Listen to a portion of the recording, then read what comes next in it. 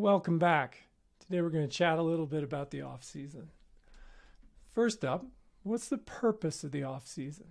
The purpose of the off season is to shed fatigue, and it's important to keep that front and center, both during the off season phase, this transitional period, as well as when you come back to training after your off season. Because one of the temptations you're going to have is to hold on to fitness. You're going to be quite fit from your year, particularly after the soreness from your final A race clears. And it's going to be tempting to go out and test yourself and hold on to whatever gains you made in the year. But really what we're about in terms of long-term performance is we're seeking to have each year build upon the prior year. The idea being we go to an ever increasing level at the end of multiple seasons. And I did that really well in my 30s. I started as a mid-pack amateur and worked my way through to the top of the elite field. And that took me about 5 years. And what I did well was, it was a simple protocol and I just take September off. What I didn't do as well was when I took my month off, I would kind of just go right off a cliff with the amount of exercise I did. I'd take it right down to zero. My nutrition would go to hell. I'd be drinking alcohol, and this would disrupt my neurochemistry. So my mood would tank. I'd feel horrible. My sleep would be disrupted. And I was creating stress in my life in a period that was supposed to be removing stress. Still worked, but it could work better. And how would it work better? It would work better if you maintain the quality of your nutrition. So that's what I do now. I maintain the quality of my nutrition. I strip out all the sports nutrition. I reduce my carbohydrate intake because I'm not as active. And I don't change, still don't drink. And I try and just make my life as low stress as possible so I can shed fatigue as fast as possible. And that's what I recommend for you. So I recommend light, short activity. So easy spins, frequency runs that are super easy. My heart rate's down, 60 beats below max, just moving the body. Short, easy swims, 800 to 100 meters, ideally in bright sunlight.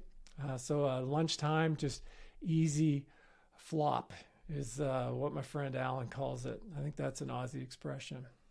So do you need it? Do you need an off season? Well, last year, I didn't really have one. Last year, I had started training again in a structured way in May. And by the time October rolled around, I didn't really feel like I needed to unload. And that's what you can see here. So across the winter, I just kept it rolling. And I actually had an increase in January and February. And then as I mentioned in the last video, I started to go stale at the end of February. Now, looking back, that's not surprising. I've been training for about 10 months. I'd had a ramp in my total chronic load, and as a result, I had to unload. And I did that. And that was a short transitional period. It was just 2 weeks, really light, and that was enough to get me through. Now, this year, I was successful at taking myself to a whole new level, a much higher level than what I achieved in that prior 10 months. So, new level means I'm going to thank my body by shedding all that fatigue and letting myself really freshen. So the initial block that I've set up is a 4-week block to have a look at how I feel and how I'm doing at the end of that 4-week block. So it's a minimum 4-week transitional period for me.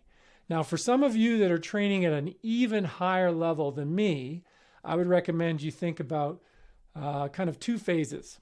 So there's the phase where you're shedding fatigue, and that the only goal there is just to shed fatigue, get the rest of your life in order, ideally do a non-training project that moves your overall life forward. And then there's another phase, the second phase, where you're getting the body moving again in a relaxed way to kind of set yourself up to get back into normal training.